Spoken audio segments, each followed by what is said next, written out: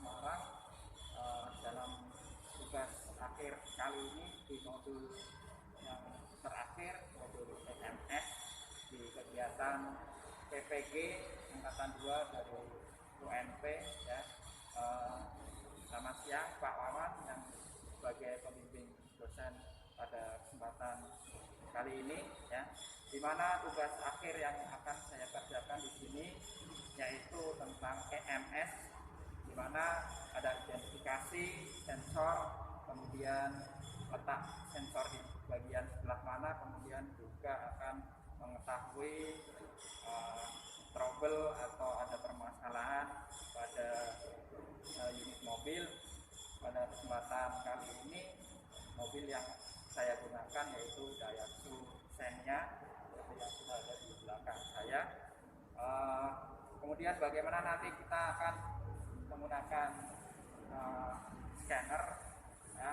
Jadi tool adapternya di sini menggunakan scanner. Nah, nanti kita akan bahas lebih lanjutnya. Sebelum kita identifikasi, saya akan beberapa pendahuluan dulu ya. Yang pertama di sini akan menjelaskan tentang apa itu EMS ya. EMS adalah Engine Management System ya, yang didesain untuk memperoleh kerja mesin yang optimal, efektif dalam penggunaan bahan bakar, kemudian juga emisi gas buangnya yang dihasilkan dari proses pembakaran dapat diminimalisir. Jadi semua dikontrol secara elektronik di sini. Nah, komponen yang ada dalam EMS di sini terdiri dari sensor, kemudian ada PCU atau yang disebut dengan kontrol unitnya, kalau di komputer adalah CPU-nya, kemudian juga dilengkapi dengan aktuator. Ya, komponen yang pertama ada sensor. Ya, sensor di sini berfungsi untuk memberikan informasi kepada ECU tentang kondisi fisik dan pembebanan pada engine. Data-data yang diberikan dapat berupa data analog, data berupa digital, kemudian itu tergantung dari kondisi mesin dan dari sensor tersebut. Ya, yang digunakan pada sensor Xenia di sini antara lain ada IAT, ada MAP, ada TPS, ada CMP, ada CKP, kemudian ada NOx sensor, ada ECT, ada oksigen sensor. Nah, itu yang termasuk dalam sensor.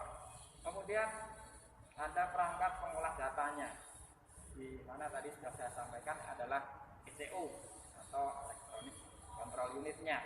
Nah, di sini ECU bekerja mengolah data-data yang dikirimkan dari sensor tadi, ya, sehingga menjadi pertimbangan si ECU ini memberikan aksi berupa jumlah injeksi bahan bakar, kemudian timing pengapian, dan keselarasan putaran engine-nya.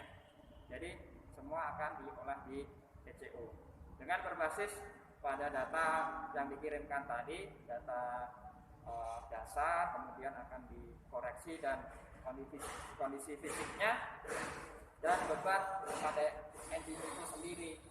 Ya, jadi ECU dapat melakukan kalkulasi antara data yang diterima, kemudian yang akan dikeluarkan kepada aktuator nantinya bisa dikalkulasi terlebih dahulu untuk memenuhi kebutuhan dan pengontrolan engine dengan elektrik secara optimal. Nah, kemudian apa itu yang dinamakan aktuator?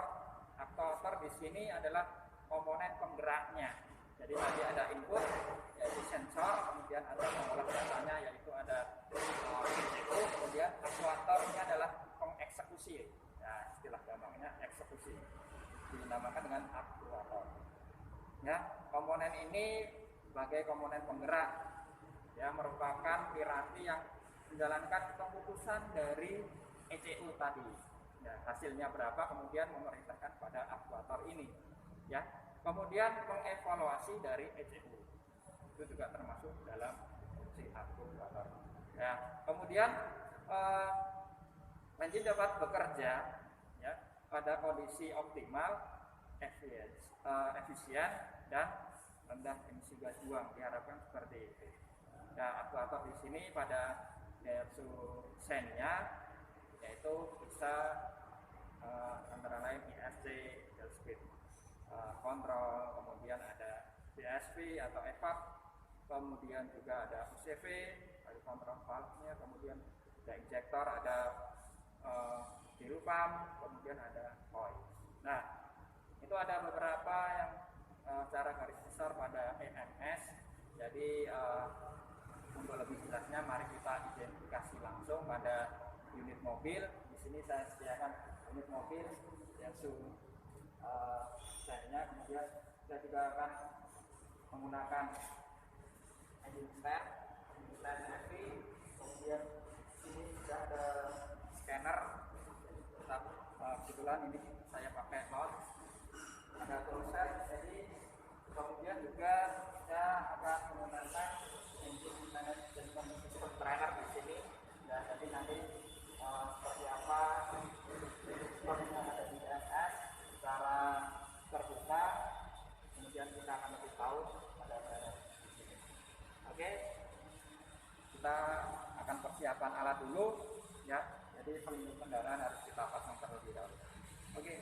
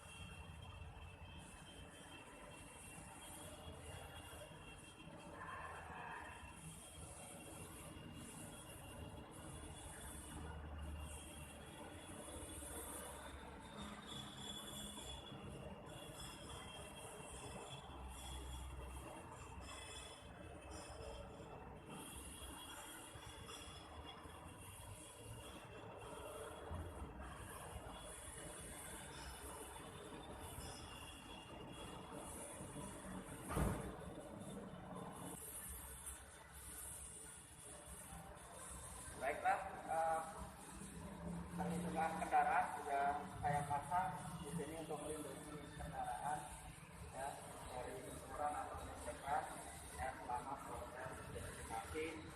Jadi jadinya aman fender cover di sini. Nah, kita lanjutkan untuk langsung identifikasi.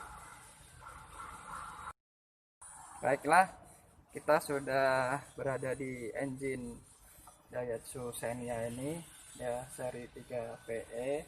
Kemudian maaf ini dari kondisi ada beberapa sensor yang kabelnya udah agak terkupas dan agak berantakan karena mobil ini juga kita gunakan pada siswa, ada kompetensi EMS juga. Nah, kemudian untuk sensor yang pertama itu ada IAT atau intake air temperatur. Ya, letaknya di sini. Nah, ini IAT, ya, IAT di sini. Ya, IAT di sini berfungsi mendeteksi temperatur atau suhu udara masuk ke dalam ruang filter sebelum masuk ke dalam mesin, ya. Sensornya ada di filter, ya, bisa dilihat, yaitu di filter ini, ya. Ini adalah IAT. Kemudian sensor berikutnya ada, nah, di sini ada yang juga di filter, ada yang namanya yang VSV atau yang ini kita sebutnya aktuator, yang termasuk dalam aktuator. Di sini bisa berfungsi sebagai pembuka saluran uap bensin dari tangki melalui carpal canister. Nah, carpal canisternya ada di bawah, ya. Coba saya di sini, oh nggak kelihatan ya, ada di bawah di situ ya. Dan disalurkan ke dalam mesin ya, ke throttle body ya. Ini ada selang ke throttle bodinya. Jadi uap bensin yang dari kalkuar kanister kemudian akan disalurkan ke throttle body ya. Di sini uap bensin dari tangki tersebut akan ikut terbakar dalam mesin. Kemudian ada, nah di sini sebelahnya ada ISC. ISC di sini juga termasuk aktuator ya. Nah ini benar. Nah ini aktuator.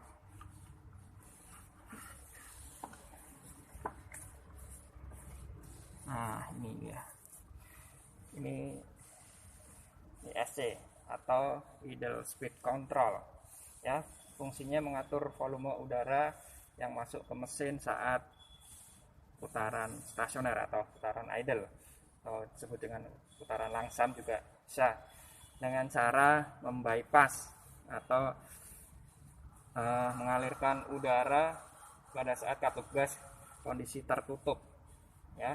Dengan kata lain, ISC ini berfungsi juga mengatur putaran mesin saat stasioner. Nah ini ISC. Kemudian ada sensor di sebelahnya. Nah sensor yang ada di sini ya, sensor ini yang dinamakan dengan MAP, manifold absolute pressure ya. Di sini juga termasuk sensor ya. MAP ini adalah sensor. Jadi berfungsi untuk mendeteksi kevakuman pada intake manifold mesin.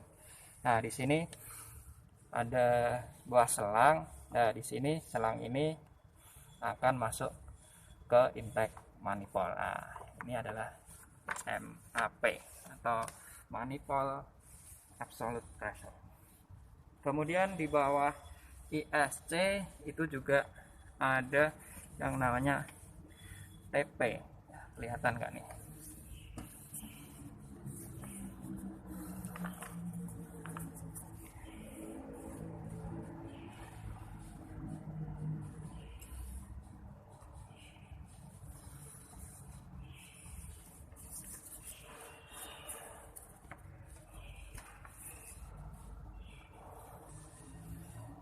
Oke, kemudian sensor berikutnya ada ini di dekat throttle body. Ini tadi filter sudah saya lepas dulu untuk biar mudah untuk identifikasi.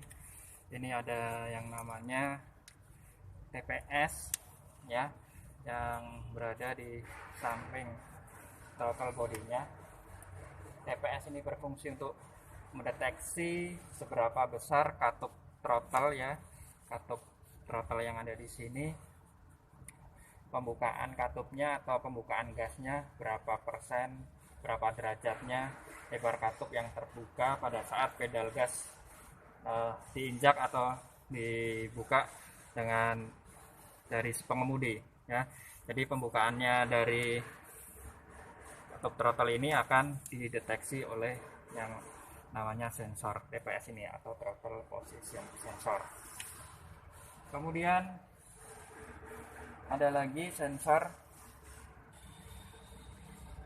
yaitu CKP ya. CKP atau crankshaft position sensor ini ya, letaknya ada di bawah. Coba saya di sana ya. Nah, coba akan pakai engine stand aja biar lebih jelas. Nah, nanti kita akan pakai engine stand aja. Jadi sensor berikutnya yang ada di sini yang mudah aja dulu ya. Di sini yang kelihatan itu ada nih, ada oksigen sensor ya. Oksigen sensor ini ada di knalpot ini ya, oksigen sensor. Oksigen sensor di sini berfungsi untuk mendeteksi kandungan oksigen di dalam gas buang. Nah, jadi gas buang akan dideteksi oleh oksigen sensor ya. hasil pembakaran mesin itu seperti apa, kemudian dilaporkan ke ECU juga. Ya, di sini oksigen sensor. Nah, berikutnya ini saya pakai stand, engine stand. Ya. Kemudian ini yang tadi CKP-nya. CKP ada di sini, crank. Ya, itu bagian bawah di sini. Ini adalah CKP untuk mendeteksi putaran crankshaft. Nah, di sini putaran ini akan dilaporkan ke ECU. Ya, itu CKP. Kemudian ada lagi di sini yang disebut dengan bagian belakang nih.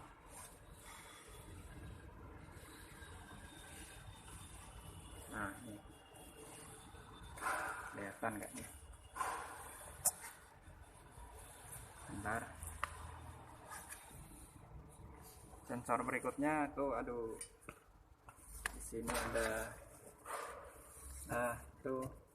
Ini adalah knock sensor, ya. Knock sensor di sini untuk mendeteksi terjadinya knocking pada engine ini, pada mesin. Ya, knock sensor ini ada di blok mesin.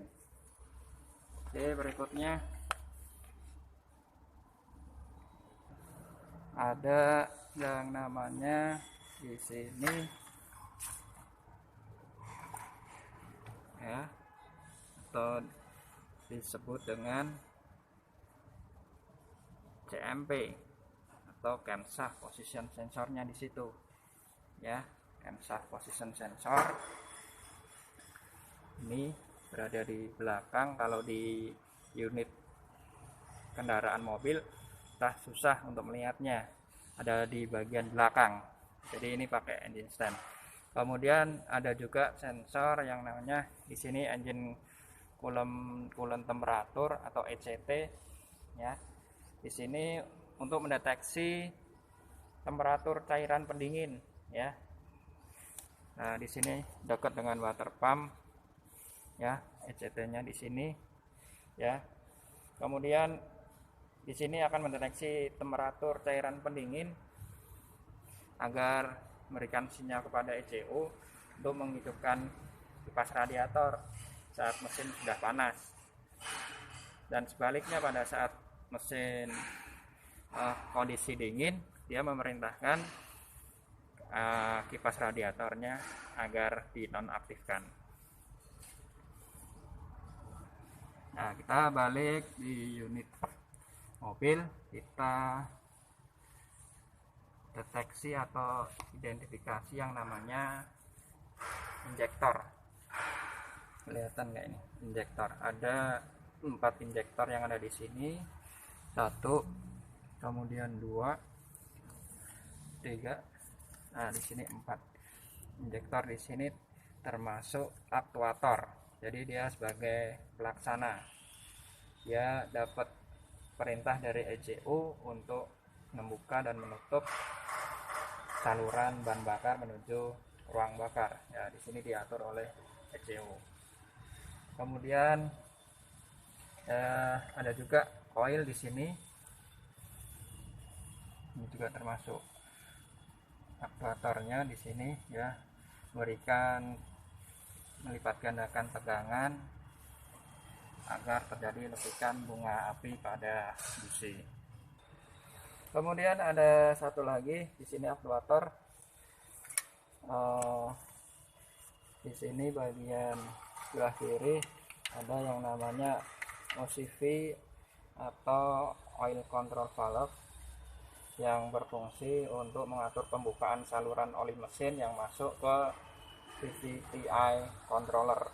Ya, OCV di sini membuka saluran oli pada VVTi. Nah, itu ada beberapa sensor dan aktuator yang ada pada mesin Daihatsu Xenia ini, ya. Kemudian ada letak fuse engine yang ada di sini. Fuse engine, beberapa fuse di sini, ya. Nah, di sini ada fuse lampu, fuse beberapa komponen yang lainnya. Di sini bisa kita lihat, ya, bisa dilihat pada tutup fuse boxnya. Oke.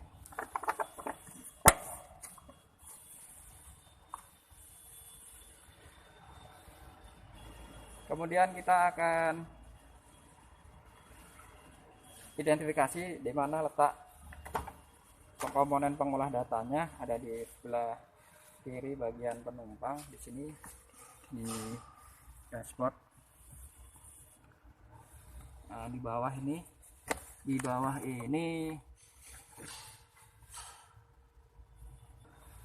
ada kontrol unitnya atau yang disebut dengan ECU-nya di sini. Nah, ini ECU. Ya, di sini sebagai pengolah datanya. Jadi ECU ini harus tahan terhadap suhu yang tinggi karena harus melayani kondisi mesin dalam segala suhu temperatur. Jadi harus kuat, ini harus selalu terlindungi, makanya diletakkan di bagian dalam. Ada juga yang ECU yang ada di kabin kap mesin di depan. Oke, selanjutnya kita akan lihat ada beberapa fuse dan beberapa relay yang ada di sini, ya.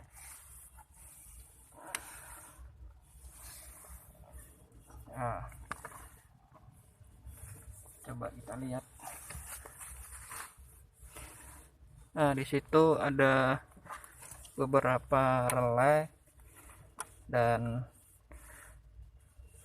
fuse yang ada di sini. Wah, nampak gelap.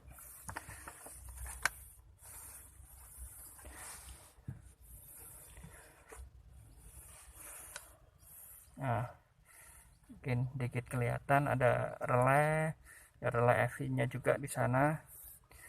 Kemudian ada beberapa fuse. Nah, di sini fuse. Nah, cukup.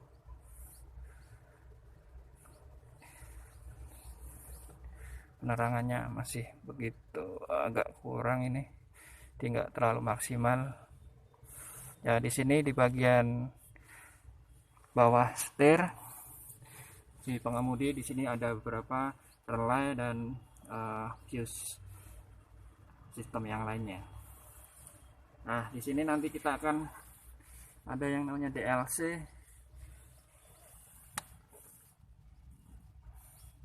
data link konektornya. Jadi scanner akan kita hubungkan lewat DLC ini untuk pengecekan trouble pada EMS.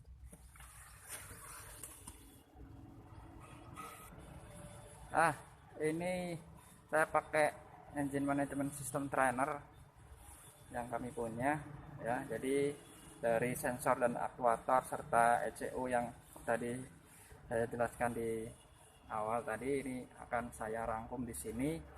Jadi ada beberapa komponen, diantaranya ya di sini komponen sensor, ada engine coolant temperatur, ya, ada engine coolant temperatur, ya. Kemudian ada IAT, kebetulan ini IAT sudah kita pasang di unit. Kemudian ada MAP juga. Kemudian ini yang nempel pada blok silinder tadi yang knock sensor. Kita bisa lihat knock sensor ini. Kemudian ada oksigen sensor, ada di knalpot tadi. Kemudian di sini ada throttle position sensornya, ada di sini, bagian sini. Nah, jadi ini throttle bodinya. Jadi jika throttle body dibuka, kemudian di TPS ini akan mendeteksi berapa bukaan dari throttle body di sini. Kemudian ada CKP, ya, yang mendeteksi dari sensor putaran dari crankshaft. Nah, di sini induktif, jadi pada saat posisi seperti ini akan menghasilkan tegangan. Ya, di sini CKP. Ini CMP, kemudian ini yang dinamakan CKP. Ini untuk crankshaft, di sini untuk CMP-nya. Kemudian ini ada ECU-nya, ya, electronic control unitnya. Ya, di sini DLC sebagai data link konektornya pada scanner. Kemudian, nah di sini ada coil, ya. Jadi integrate coil, satu coil untuk satu busi. Kemudian ada injektor, ada 4 injektor di sini. Jadi injektor juga akan bekerja berdasarkan perintah dari ECU. Kemudian ada ISC atau idle speed control tadi. Jadi untuk mengatur aliran udara pada saat mesin putaran stasioner atau idle. Kemudian ini ada VVTi valve, kemudian ada fuel pump, ya. Kalau fuel pump di unit, ya, itu masih tergabung pada tangki. Jadi kita harus lepas tangki dulu biar tahu fuel pumpnya. Ya, di sini kita bisa lihat untuk fuel pumpnya. Kemudian ada fuel pump relay, kemudian di sini ada engine control relay-nya atau EV main relay-nya di sini. Nah, jadi dari beberapa bagian sensor dan aktuator di sini bisa saya jadikan satu. Bisa kita lihat pada trainer EMS kali ini. Mungkin itu yang akan menjadikan pembahasan pokok pada kesempatan ini. Jadi pembahasan tentang letak sensor, kemudian berikut ini nanti akan saya tampilkan untuk identifikasi trouble-trouble yang ada pada engine management system.